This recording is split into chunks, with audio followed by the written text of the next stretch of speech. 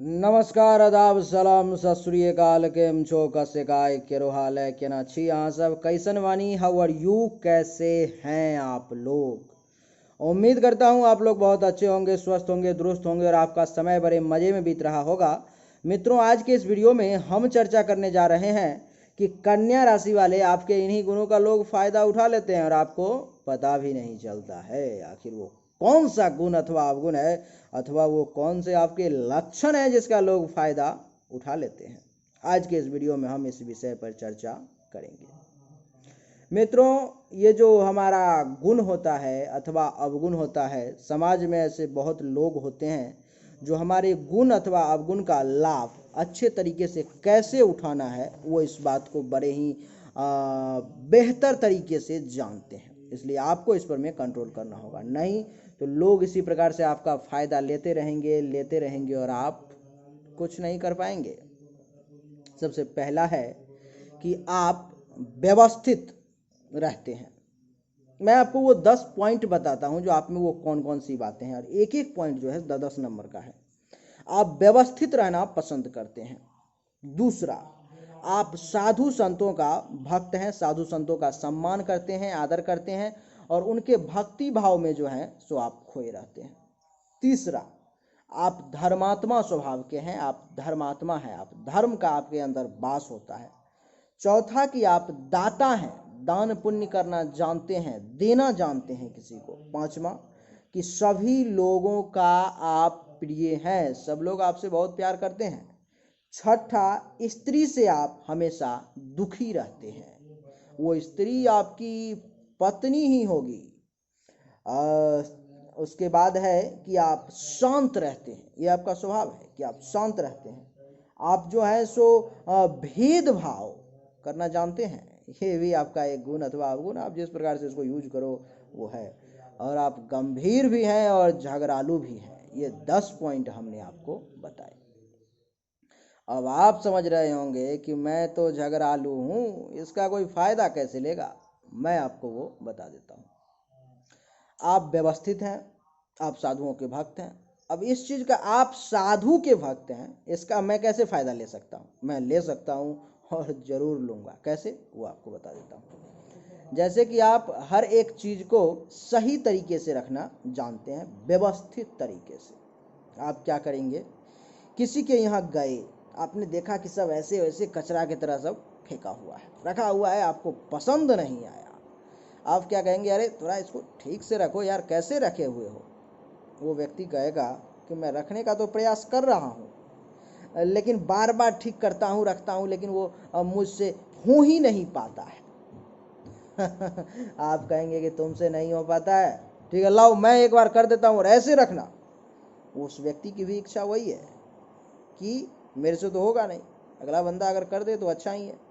तो वो आपसे इस प्रकार से काम करवा लेगा और आप उसका काम कर देंगे, व्यवस्थित तरीके से सही कर देंगे। लेकिन जब आपका काम आएगा तो वो आपको मदद नहीं करेगा। दूसरा है कि आप साधु संत के भक्त हैं। अब आप साधु संत के भक्त हैं, इसका मैं कैसे फ़ायदा उठाऊंगा। मैं फ़ायदा ज़रूर उठाऊंगा, और कैसे उठाऊंगा वो भी आपको बता देता हूँ। आप साधु के भक्त हैं, मुझे आपसे कोई काम है, हमारा आपका थोड़ा सा वो टकराव चलता है, 36 का आंकड़ा चलता है। मेरा काम है, मैं आपको जाऊंगा कहूंगा और आप करेंगे नहीं, मैं इस बात को जानता हूँ।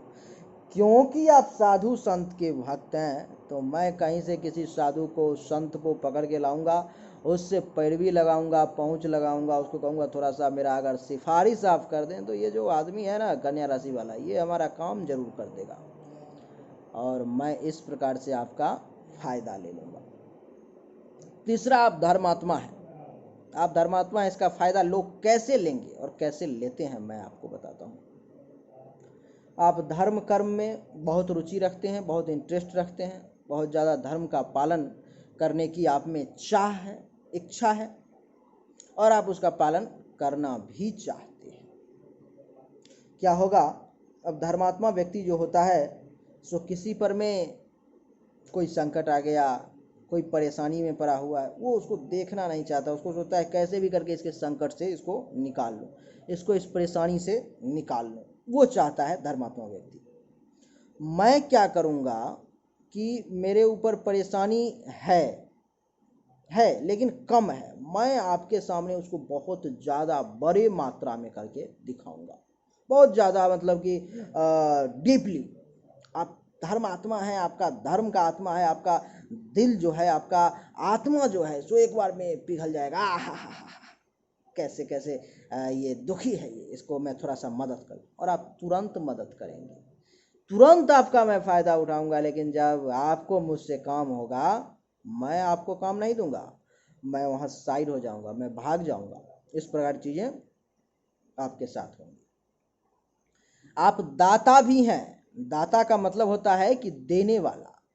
किसी व्यक्ति को समाज में किसी चीज़ की ज़रूरत है, आपके पास संयोग से वो मांगने आ गया, मांगने आ गया, आप क्या होगा?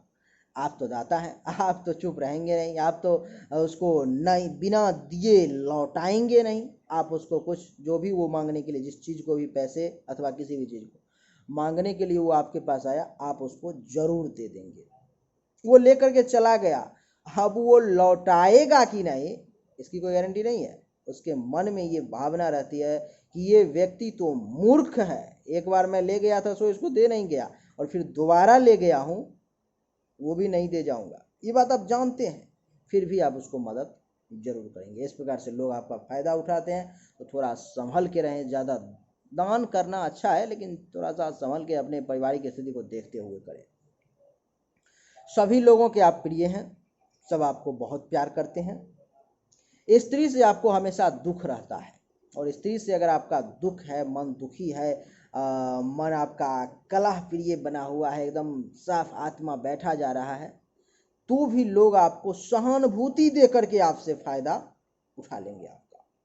इसके अलावा आप शांत रहते हैं। अब आप शांत रहते हैं तो मैं क्या करूंगा कि बार बार आपके ऊपर में कुछ ना कुछ कमेंट करूंगा, बार बार आपको किसी प्रकार से बेवकूफ़ पूर्वक बना करके और आपसे कुछ फायदा ले लूंगा। आप में एक अवगुण है बहुत बड़ा, यह है कि आप भेदभाव करना जानते हैं। भेदभाव आप कैसे करेंगे?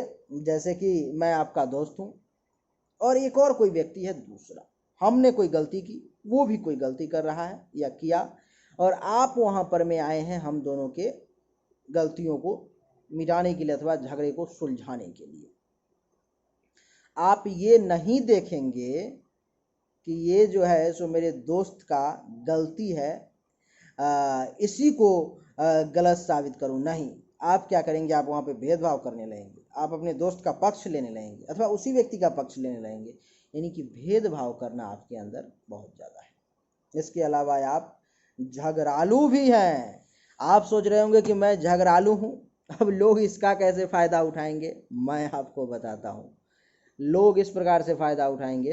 आप हमारे पास साथ कहीं जा रहे हैं, मेरा किसी से बहुत दिन से बहुत टेंशन चल रहा है, मैं आपके साथ हूं और मैंने उस बंदे से झगड़ा स्टार्ट कर दिया, उससे कुछ ना कुछ कहा सुनी स्टार्ट कर दिया, उसको कुछ 2 बातें बोला, 4 बातें सुना, हाथापाई पे बात आ गई, और आप हमारे साथ हैं, तो आपका फर्ज बनता है कि आप हमारी रक्षा करें, आप हमारा साथ दें। आप ऐसा ही करेंगे, आप तुरंत अगले बंदे से भिड़ जाएंगे, उससे लड़ाई झगड़ा करने लगेंगे, और मैं क्या करूँगा कि वहाँ पर मैं पीछे हट जाऊँगा, शांत हो जाऊँगा। मेरा मकसद ये था कि मैं आपसे, आप क्योंकि ज़्यादा झगड़ा करने में एक्सपर्ट हैं, ज़्यादा ठोस हैं आप, तो मैं क्या करूँगा कि आपसे उस व्यक्ति को झगड़ा करवा दूंगा, आप उसको मारपीट करके और हमारे साथ फिर चल देंगे, हमने आपका फ़ायदा उठा लिया ना। इस प्रकार से लोग समाज में आपका फ़ायदा उठाते हैं। यही थी मित्रों आज की हमारी वीडियो, जो हमने आपको 10 पॉइंट बताए कन्या राशि वालों के, एक एक पॉइंट 10-10 नंबर के थे। हमने जो बातें बताई वो कितना परसेंट सच है? 60%, 70%, 80%, 90% या पूरे के पूरे 100%? क्या इस प्रकार से लोग आपका फ़ायदा नहीं उठाते हैं? आप ज़रूर देखें और हमें बताएं। उम्मीद करता हूं कि आपको ये वीडियो पसंद आया होगा। अगर पसंद आया तो इस वीडियो को लाइक करें, शेयर करें, चैनल को सब्सक्राइब करके इसके बेल आइकन के बटन को दबा दें, और उम्मीद करता हूं कि आप नीचे कमेंट में ज़रूर अपने अपने देवी देवता का, अपने अपने ईश्वर का, अपने अपने भगवान का, जिनका भी आप आराधना करते हैं, नाम लिखेंगे। और अगर आप अपने भविष्य के बारे में मुझसे जानना चाहते हैं, जन्म कुंडली अथवा हस्त रेखा के अनुसार, तो आप मुझसे मेरे व्हाट्सएप नंबर 7062757996 पर में संपर्क कर सकते हैं। आपको आपके भविष्य के बारे में सारी बातें जरूर बताई जाएंगी। चाहे आपके जीवन में कोई समस्या ही क्यों ना हो, उसका समाधान आपको जरूर मिलेगा। आप सभी का एक बार फिर से बहुत बहुत धन्यवाद। Thank you so much. जय हिंद, वंदे मातरम।